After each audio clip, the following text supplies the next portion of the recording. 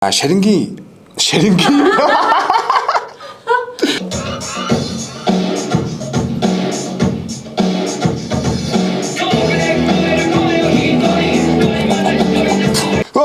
өөшлөө тааруу тэлээгүй шүү.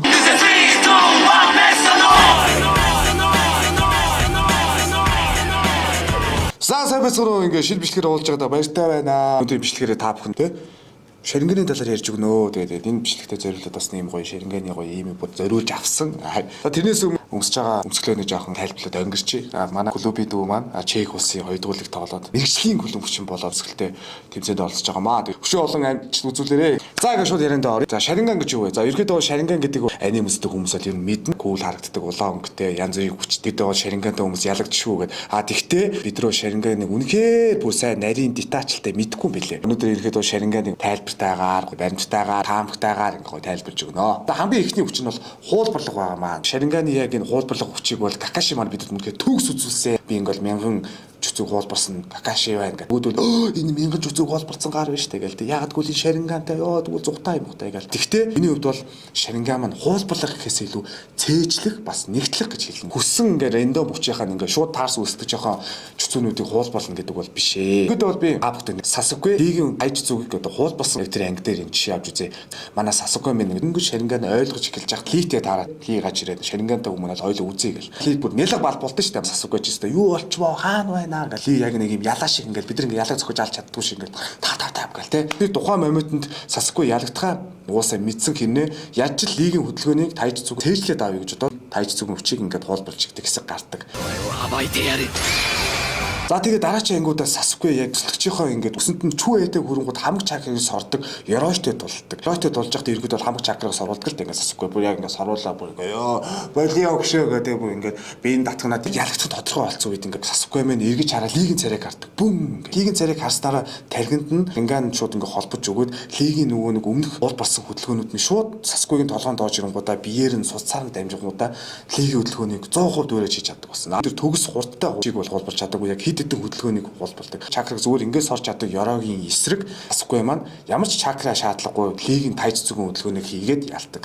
Тэрний дараа Какашитай сарын бэлтгэл хийсний дараа Гаратай чүрнийний шалгалтын үеэр тулаадах хэсэг гардаг. Тэнгууд Гара уусаа мэдээж Сасукег ялах нь бат гэж дотроо боддог л да. Гэхдээ Гара үнэхээр хамгаалж чадаагүй лигийн тайж зүний хөдөлгөөнүүдийг Сасуке гинт хийгээд эхэлдэг. Маш хурдтай. Гара бол ерөөдөө литэд дулж байхдаа бүр яхаа мэдгүй шүү дээ. Сасукетэй адилхан ингээд хаана гэдэг. Тэр шиг Сасуке яг лигийн хөдөлгөөнийг бүр төгс илүү дуурайж чаддаг. Яагаад хуулбарч чадсан бэ гэдэг нь Шаринган дээр нэмдэг нь Житори тэнцүү төгс хуулбарт байлаа. За яагаад Житори вэ гэж яхад Сасуке Житориг биеэрээ ингэж урсгаад флаш гэсэн. Флаш ингээ хурд ихтэй ингээ биеэр нь захилгаан бөгөөд хурдтай болно шүү дээ. Гэхдээ флаш хурдан болно гэсэн үг биш л те. Ерөөдөө л адилхан. Сасуке Житоригоо биендээ явуулангуудаа өөрийнхөө хурд хүчийг нэмээд лигийн тэр олон сар хийсэн, хоног жил хийсэн бэлтгэлийн үр дүнд хийсэн тэр хурдыг Житоригоор дамжуулаад Шаринганаар лигийн хөдөлгөөнийг хуулбарснаа нийлүүлэнгуудаа яг лий шиг тийм гайхалтай тайж зүтэй хурдан хөдөлгөөнийг хийж чадсан юм аа. Тэгэхээр бас яг цээжлэж холбоотой бас нэг юм түлхэж зүүх хэрэгтэй зүйл байгаа ч тэр нь болонгууд яг 5 элементийн чакра байгаа. Яагаад гэвэл Какаши ингээд 1000 хуулбарч чадсан бэ гэхээр Какаши нэгт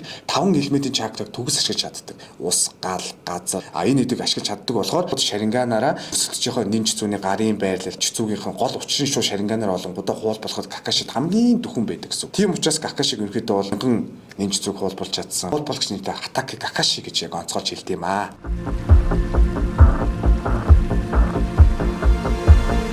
Шарингийн их хүмүүс Шаринганыг ирээдүг харж чаддаг гэж жоохон буруу ойлголттой явдаг л дээ. Шаринган маань Драгон Болын хийч шиг дойлор хүмүүсээс төрүүж хөдөлдөг биш. Бисийн категори шиг ирээдүг одоо 100% хардаг биш. Яг зөв совингийн одоо маш сайн нэмэгдүүлж байгаа гэсэн үг. Тухайн өрсөлдөгчийнхөө хөдөлгөөнийг төсөөлнө гэсэн үг л дээ. Ирээдүг харах биш. Зөв совингоороо за энэ хүн яг ингэж хөдлөх юм байна. Одоо жишээлбэл сакс хөдөлгөөн тоглодог хүмүүс яг миний саний ярьсныг бол маш сайн ойлгох байх. Уншлаа гэж ярьдэн шүү дээ. Яг ингээд өрсөлдөгчийнхөө хөдөлгөөнийг дотроо таамаглаад за энэ яг ийм хөдөлгөөн хийх юм байна. Ийм пас өгөх юм байна. Ийм одоо хууралт хийх юм байна гэдгийг төсөөлөнгуудаа яг тэр зөв совиндоо 100% итгээд өрсөлдөгчийнхөө бөмбөгийг булаач чаддаг. Тэрнтэй адилхан яг Шарингантай болсон хүн өрсөлдөгчийнхөө хөдөлгөөнийг яг таамгаараа зөв совингаараа ингэж хөдлөх юм байна гэж мэдрээд хамгаалаад сөрөг дотлоо хийх боломжийг олгож байгаа Шаринган маань.